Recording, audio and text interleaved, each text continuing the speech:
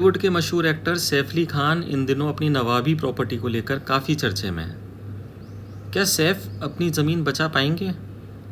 चलिए इस पूरी कहानी को एक सिंपल लैंग्वेज में समझते हैं। सैफ की नानी थी साजिदा बेगम, जो भोपाल के लास्ट नवाब हमीदुल्ला खान की बेटी थी। उनकी बड़ी बहन थी आबिदा सुल्तान, जो पार्टीशन के बाद पाकिस्तान चली गई थी। सैफ ने भोपाल की कई रॉयल प्रॉपर्टीज़ इनहेरिट की, जैसे फ्लैग स्टाफ हाउस, जो कि सैफ के बचपन का घर है।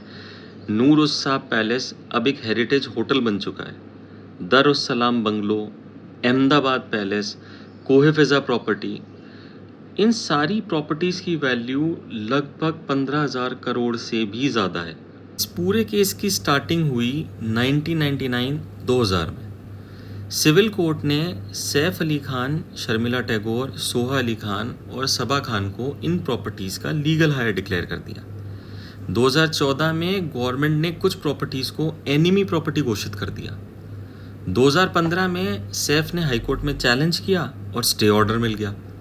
2024 में अब हाईकोर्ट ने स्टे हटा दिया और अब 2025 में हाईकोर्ट ने सन 2000 का ऑर्डर कैंसिल कर दिया और कहा केस फिर से लोअर कोर्ट में चलेगा।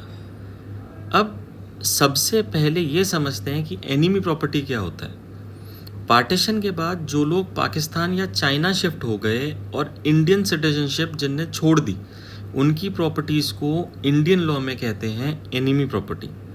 ये जो असेट्स हैं ये सरकार के कब्जे में चले जाते हैं। अब ये जानते हैं कि इस एनिमी प्रॉपर्टी का कनेक्शन सैफ अली खान के साथ कैसे है। तो सैफ की ग्रैंड आंट यानी सैफ की नानी की बहन आबिदा सुल्तान पाकिस्तान चली गई थी। उनके नाम पर जो प्रॉपर्टी थी उसको गवर्नमेंट ने अब एनिमी प्रॉपर्टी कह दिया है। अब सैफ के सामने क्या क्या चैलेंजेस हैं? पहला ये है कि एनिमी प्रॉपर्टी का ये टैग। दूसरा, नवाब हमीदुल्ला खान के दूसरे डिसेंडेंट्स जैसे उनका भाई और तीसरी बेटी कह रहे हैं कि प्रॉपर्टी मुस्लिम पर्सनल लॉ के मुताबिक सब में बांटी जानी चाहिए।